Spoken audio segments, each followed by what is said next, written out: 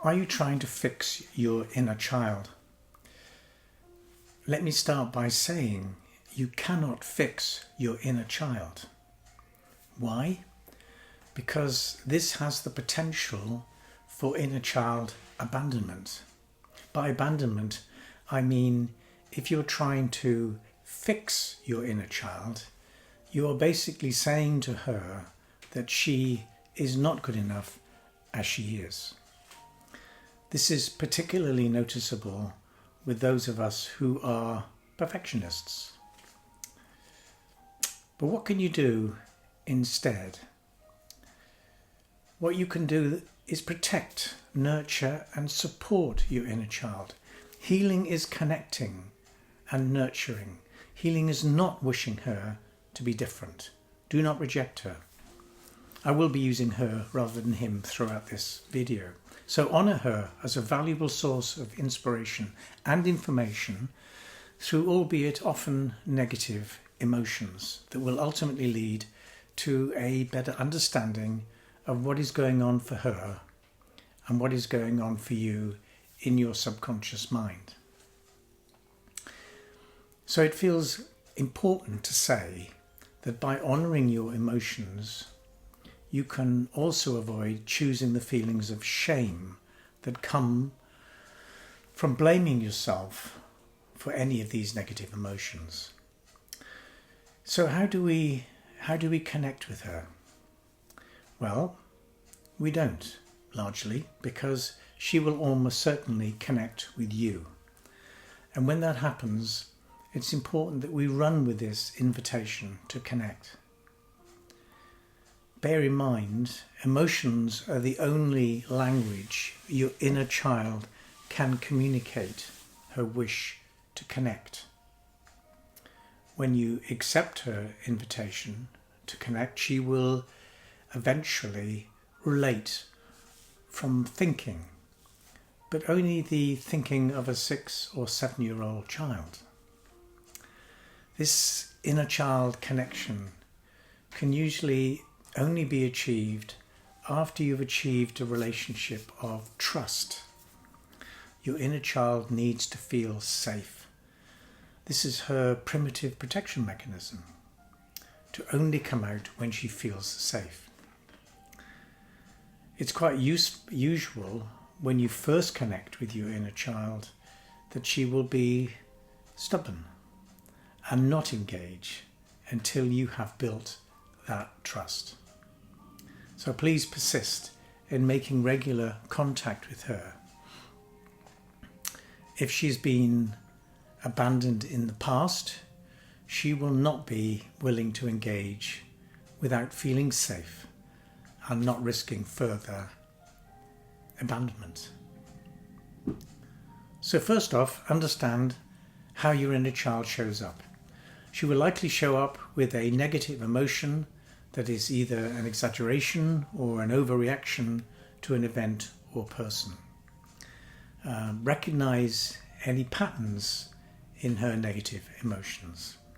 Recognize her invitation to connect.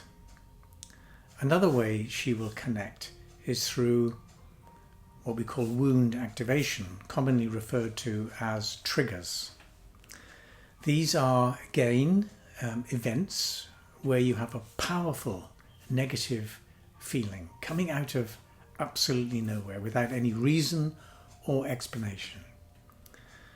This is what we call a limbic brain response to a known or even unknown threat of some kind that is programmed within your psyche or mindset based on a past, usually childhood experience or series of similar experiences. You will often experience a tendency also to want to blame other people or situations for these powerful feelings as a primitive way of making sense of this unexpected emotion. Practice looking inward for why you are having your emotional experience. There will be opportunities to connect with your inner child as well, with journaling. but that's usually only if she's ready and willing to connect. I find the best time you can do this journaling is early morning, not too long after awakening. Secondly, you can connect with your inner child and check in with her by asking questions. Well, why are you feeling this way? What's going on for you? Tell me when your feeling first appeared. Thirdly, journal your experiences with her. I like to journal this whole process of asking adult questions on the right-hand side page of my journal with my dominant hand, and then respond from my inner child to my questions with my non-dominant hand on the left-hand page. I'll also use different coloured pens for adult me and inner child me. This conversation can be quite revealing.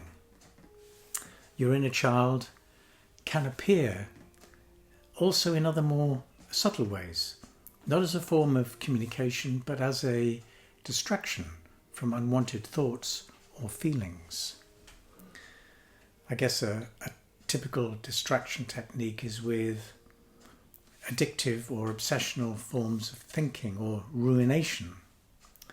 These are techniques that are looking outside ourselves for some kind of relief from, say, low levels of anxiety or even depression.